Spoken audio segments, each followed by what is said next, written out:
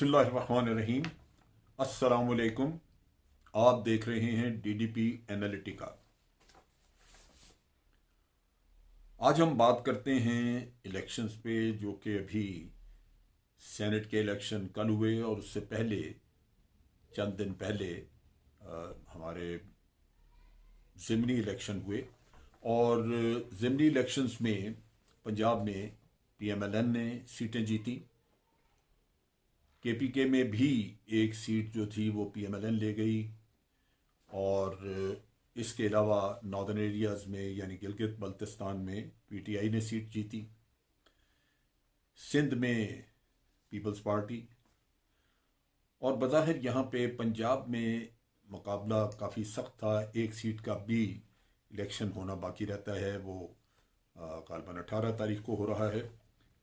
मुतनाज़ा election था और PTI यहाँ पे लाजमन मैं समझता हूँ कि किसी न किसी तरह नाकाम रही, क्योंकि इस इलेक्शन में नून लीग को वाज़ेह बरतरी हासिल रही। अब सूरत हाल ये है कि ये तो 2-3 सीटें थीं जिन पे इलेक्शन था 2-4 का, लेकिन ज़्यादा बड़ा इलेक्शन था सेनेट का, और जिसमें तमाम पॉलिटिकल पार्टीज़ ने भरपूर साथ लिया।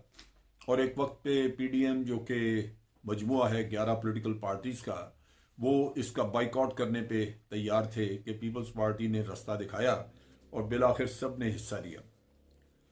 उसमें जो सूरत हाल उभर के आई है उसमें पीटीआई ने सबसे ज़्यादा सीटें ली हैं। पीटीआई पहले की निस्बत मजबूत हुई।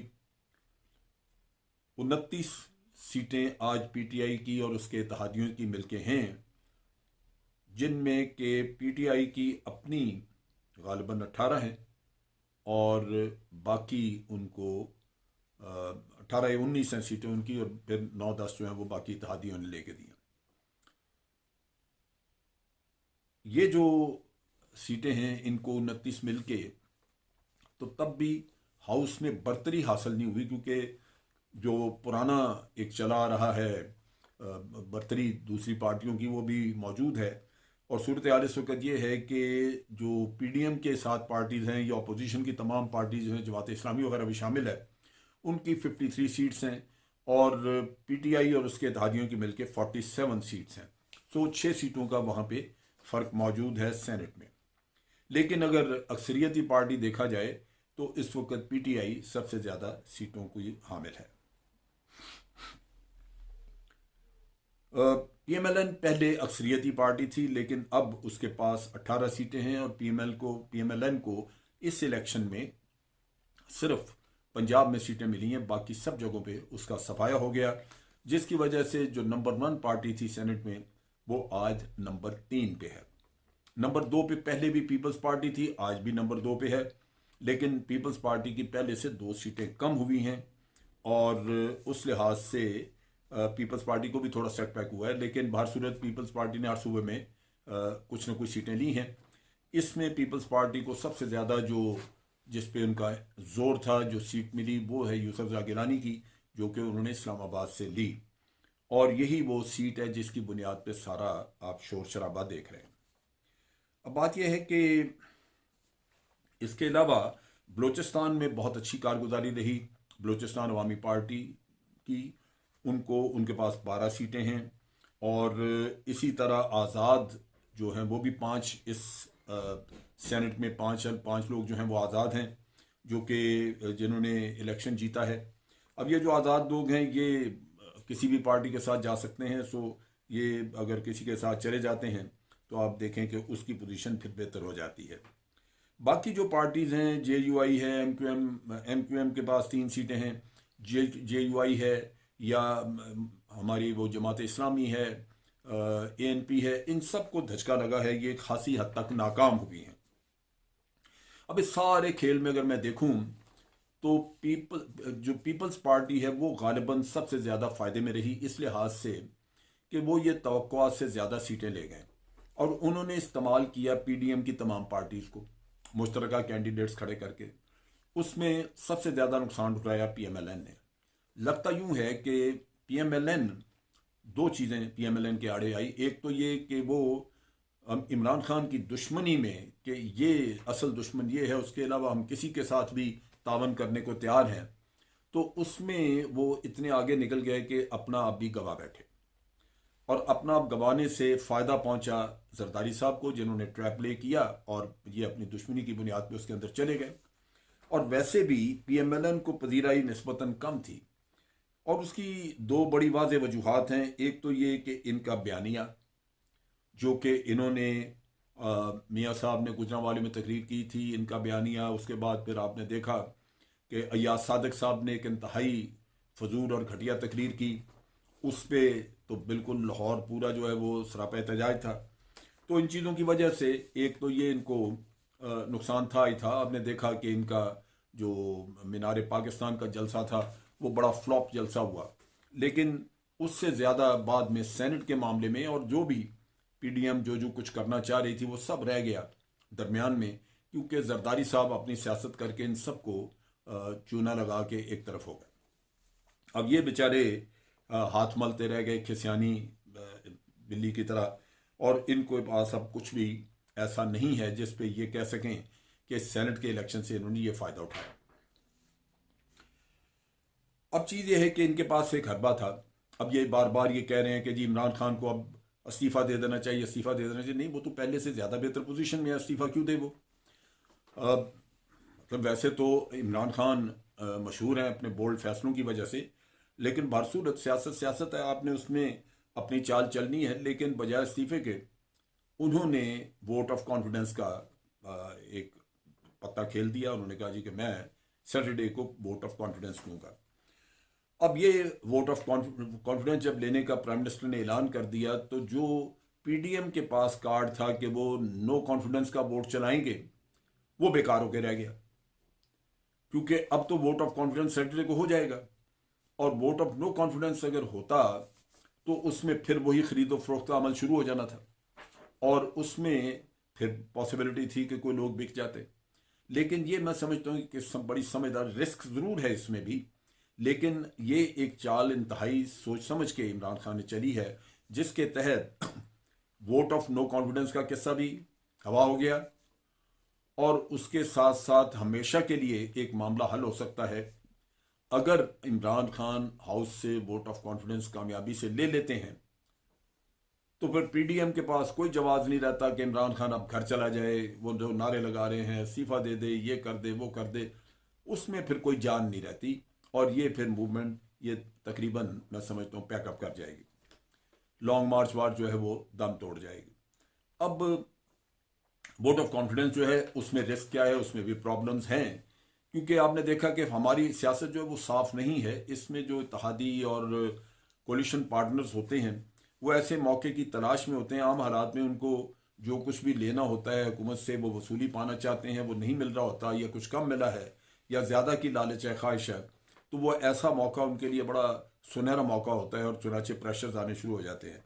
तो उसमें अब देखना होगा कि क्या इमरान खान उनके मुतालबात पे पूरा उतरते हैं, उनको कैसे राज़ी करते हैं, क्योंकि ये पार्टियां ऐसे मौक़ों पे फिर नखरे दिखाना शुरू होती हैं। 2.5 साल से ज़्यादा हो गया अरसा वो पार्टनर रहीं, वजारतें भी इंजॉय की, इक़्तिदार का हर तरह का फ़ायदा उठाया, लेकिन उसके बाद फिर वो एक दफ़ा फिर निचोड़ने के लिए तैयार बैठी होंगी। सो ये एक इशू होगा जिस पे आके इमरान खान के लिए मसाइल पैदा होंगे। लेकिन लगता ये है कि ये चूँकि हाथ दिखा के शो ऑफ हैंड से होता है वोट ऑफ कॉन्फिडेंस, तो लगता ये है कि इसमें इमरान खान कामयाब हो जाएंगे, क्योंकि यहाँ पे इस्लामाबाद में जो सीट थी जिससे ऊपर वोट पड़े, वो यूसुफ गिलानी को मिले 169 वोट मिले, और जो खातून फौजिया अरशद थी PTI की, उनको 174 मिले। इसका मतलब ये है कि शो ऑफ हैंड से 174 वोट तो इनको मिल सकते हैं, और गालिबन 172 चाहिए। अगर 174 मिल जाते हैं तो आप तवक्को कर सकते हैं कि इमरान खान जो है वो फिर दोबारा वोट ऑफ कॉन्फिडेंस लेने में कामयाब हो जाएंगे। सो एक बड़ा थिन मार्जिन है, लेकिन बाहर सूरत पॉसिबिलिटी इसकी मौजूद है। लेकिन अगर उनको वोट ऑफ कॉन्फिडेंस मिल जाता है तो फिर ये सारे जो मुखालफत में जो कुछ भी किया जा रहा है वो मेरा ख्याल है फिर दब जाएगा। अगर नहीं दबेगा तो कम अज़ कम इमरान खान के पास एक इखलाकी जवाज़ होगा इनको दबाने का, कि अब तुम लोगों का कोई काम नहीं, मुझे कॉन्फिडेंस मिल चुका अपने अवाम की तरफ से, अब आप छुट्टी करें। अब इसके बाद यह है कि दो चीज़ें और सामने होंगी। सबसे अहम इसके बाद जो मरहला आएगा वो ये है कि सेनेट का चेयरमैन, मैं समझता हूँ कि इमरान खान ने एक अच्छी चॉइस की, अनाउंस कर दिया कि हम सादिक संजरानी को इस पे चेयरमैन के लिए नॉमिनेट करते हैं। अब सादिक संजरानी जो हैं वो पहले भी चेयरमैन का वो वोट ले चुके हैं, वोट ऑफ कॉन्फिडेंस ले चुके हैं, और उसमें नो कॉन्फिडेंस नाकाम हो चुका है और बड़ी अक्सरियत से वो जीते थे। तो मेरा अपना अंदाज़ा है कि वो इस दफ़ा फिर अपना वोट ऑफ कॉन्फिडेंस लेने में कामयाब होंगे या वो इलेक्शन जीतने में कामयाब होंगे। लेकिन बाहर सूरत एक ऐसा मरहला आएगा सही जहां भाग दौड़ फिर करनी पड़ेगी, पीटीआई को मेहनत करना होगी, और ये सेनेट का चेयरमैन का इलेक्शन जो है वो एक फिर आजमाइश के तौर पे सामने आएगा। लेकिन तवक्को ज़रूर है, क्योंकि जो तजिया इस वक्त नज़र आता है उसकी रूह से अगर लोग फिर न बिक गए तो तवक्को है कि ये चेयरमैन मुंतखब हो जाएंगे।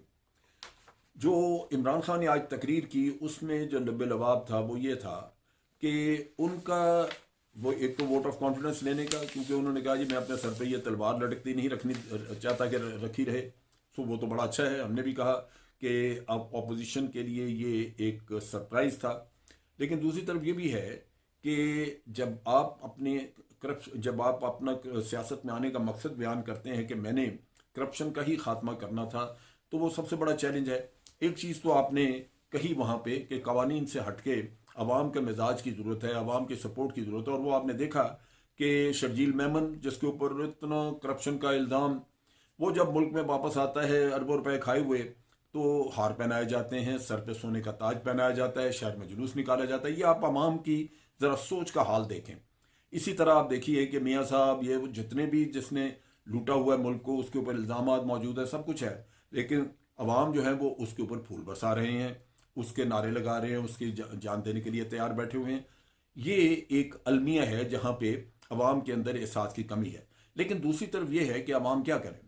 अगर एक आदमी उसके ऊपर इल्ज़ाम है, सब कुछ है, सब कहते हैं करप्शन की है, लेकिन बिलाखिर तो कानून है जिसने कि सज़ा देनी है। जब आप सज़ा नहीं दे सकते और वो कई सालों के बाद छूट जाता है, तो फिर आप देखिए कि ये अवाम क्या कहेंगे। अवाम तो फिर आपको झूठा समझेंगे। तो ये खान साहब को यहाँ समझना चाहिए कि असल किस्सा ये है कि करप्शन को ख़त्म करने के लिए इस पूरे पाकिस्तान में वो अकेले आदमी है जो ख़त्म करना चाहते हैं, और बाकी पाकिस्तान सारा जो है वो उनको नाकाम करना चाहता है। उसमें सर फहरिस्त आपकी अदालतें भी हैं, आपके वकला हैं, आपके नैब हैं, आपके सारे अदारे हैं। नैब को देख लीजिए, अभी एक केस इसहाक डार का, यानी जो इकोनॉमिक हिटमैन है, उसका केस अभी, जब ये आप सारे मसरूफ थे इस किस्से में, ये सेनेट के इलेक्शन की गहमा गहमी में और होश नहीं थी लोगों को, तो उन्होंने चुप करके दो केसेस खत्म कर दिए, बंद कर दिए। एक अकरम दुरानी साहब का जो जेयूआई फेस है जिनका ताल्लुक है, और दूसरा इसहाक डार साहब का। तो इसी तरह आहिस्ता आहिस्ता वो बंद करते जाएंगे। साद रफीक का बंद कर दिए, जितने इन्होंने नारे लगाए थे। तो सबसे बड़ा अगर कोई मुजरिम इस खेल में है तो मेरे नुक्ता निगाह से वो नैब है।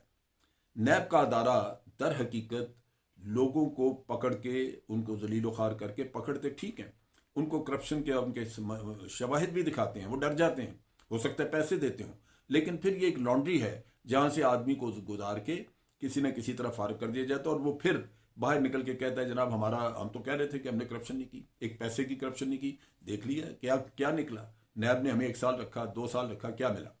तो ये वो काम है जो नैब कर रहा है। अगर खान साहब ने नैब की तरफ तवज्जो न दी, इसको ठीक करने का काम न किया, तो ये परेशानी उनके गले पड़ी रहेगी। जरूरत इस बात की है कि नैब के ऊपर भी एक जीआईटी बिठाई जाए और उनके तमाम केसेस जिनमें लोगों को इन्होंने छोड़ा है, बरी किए, मेगा करप्शन केस, असल माल तो वहां है। गरीब गुरबा से पकड़ के आप कहें जी हमने 250-300 अरब रुपया 4 सालों में या 3 सालों में हमने रिकवर कर लिया, तो फिर वो कुछ चीज नहीं है। यहां तो अकेला डॉक्टर आसम जिस पे 462 अरब रुपए का इल्जाम था, वो तो एक आदमी जो आपने 3-4 साल में लोगों से निकाला है, वो यहां पे एक आदमी से उससे दुगना निकलता है। तो ये वो जरूरत है जहां पे एक जीआईटी बिठाने की जरूरत है नैब के ऊपर, और नैब को खंगाल के वो निकाले कि इनके जराइम क्या है। क्योंकि मेरे नुक्ता निगाह के मुताबिक ये ऐसा कतन नहीं है कि इनमें कोई प्रोफेशनल कमी है, अगर है तो फिर यहां क्यों बैठे हुए हैं। सिर्फ अगर है तो वो यही है कि इनकी वफादारियां उन लोगों के साथ हैं जिन्होंने करप्शन की हुई है। आज के लिए इतना ही। सोचिए इस पे, इसके ऊपर गौर करिए और उसके बाद देखिए कि हमारा आइंदा रास्ता क्या होना चाहिए, क्योंकि जब तक अवाम अवाम इस मुसीबत के खिलाफ नहीं उठ खड़े होंगे, मुझे नहीं लगता कि किसी के बस की बात है कि वो इस करप्ट मुल्क को सीधा कर सके। फौज पाकिस्तान जिंदाबाद, पाकिस्तान पाइंदाबाद।